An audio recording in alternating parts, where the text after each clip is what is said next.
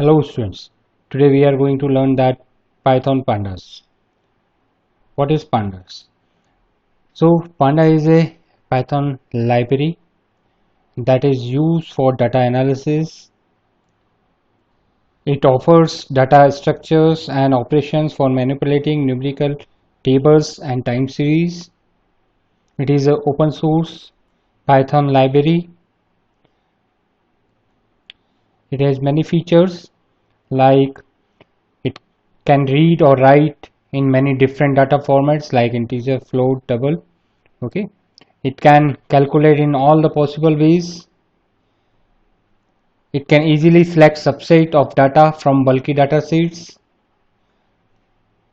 It has a functionality to find and fill missing data, and we can visualize this data by inserting a different libraries like matplotlib.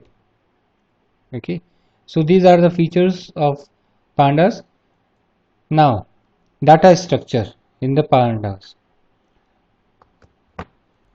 A data structure is a way of storing and organizing data in a computer. Panda provides these three data structures: series, data frame, and panel. Series for the one dimension data structures, data frame for two dimension data structures, panel for three dimension data structures. What is series? Okay. Series is an important data structure of pandas. It is like one dimension data structure with same data type. It contains a sequence of values of actual data and second the index values. Series can be created by either dictionary or a scalar value. Okay. Now see this program. Here I import pandas library as a PD. Okay, whatever name you want you can give it. Now s1 is equal to pd.series. With this series we are creating one object, that s1. Now print s1, so it will print the empty value here, empty brackets. Okay, this statement creates empty series object. Now we are changing this program.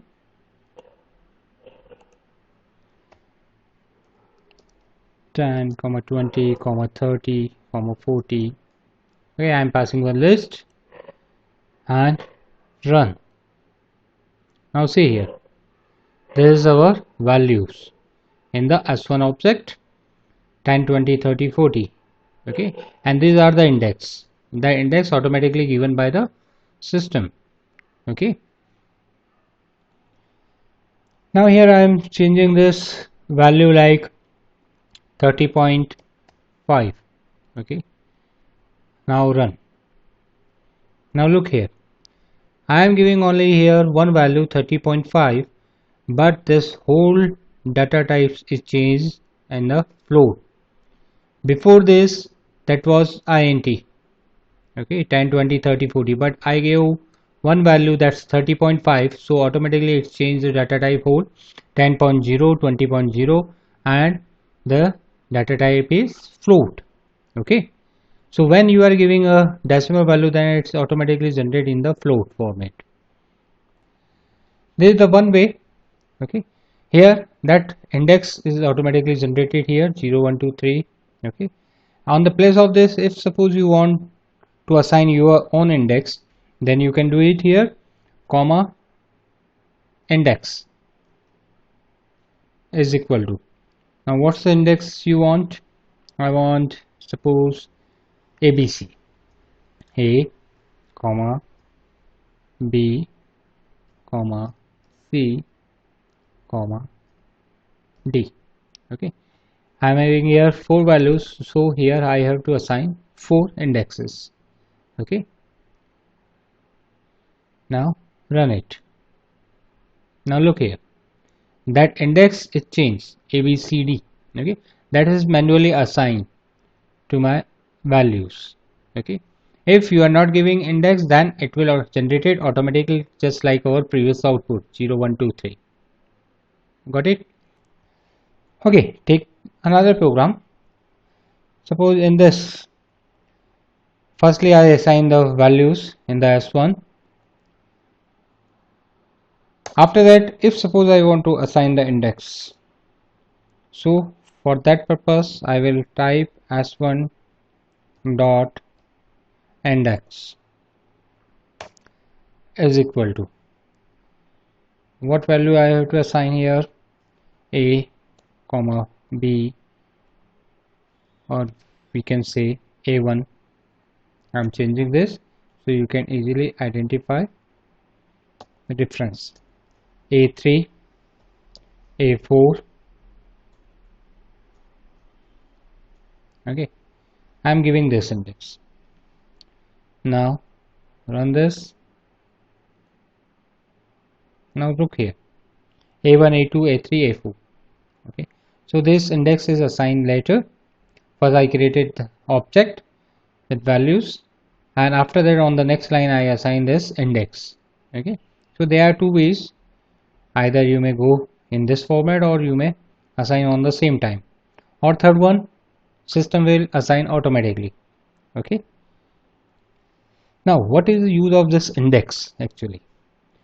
For that purpose I will go here, in the print I will give this b.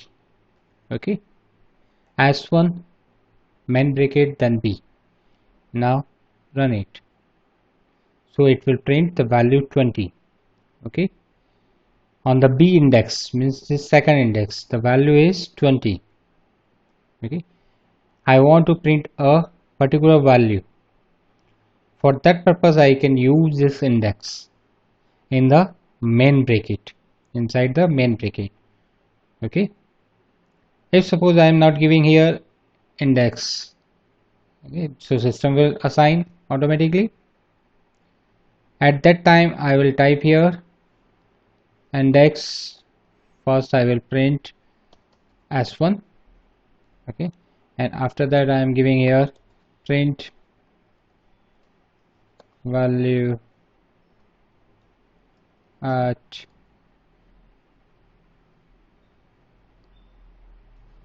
2. Okay, then s1 2. Now see,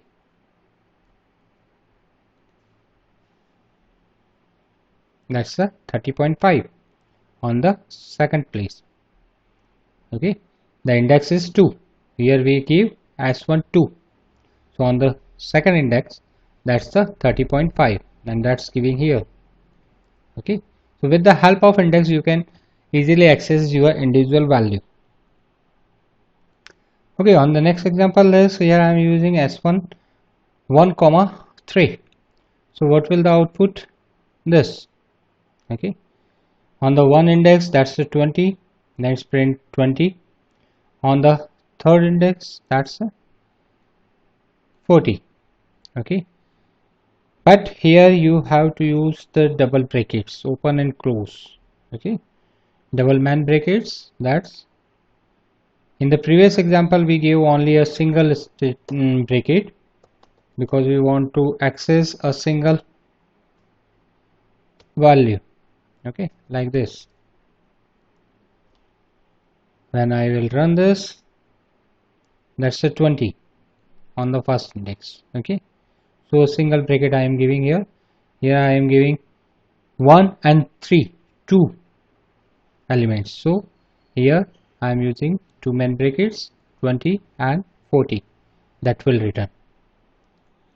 Yes, on the place of this I can use this range function also. You know that. What is range? Range 6. Okay, and run. So look here, that's range function output. we gave here 6, so it generates 0 1 2 3 4 5. Okay, on the S1 first place, on the first index, that's the value is 1. On the index 1 and 3, that's the value is 1 and 3. Okay, so with the help of this range we can use this, or in the index also we can use range. Suppose I am giving here one text,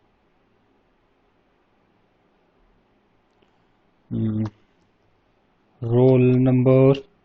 Okay, that's my message, and now after that I want to give this index, comma, index equal to range 6.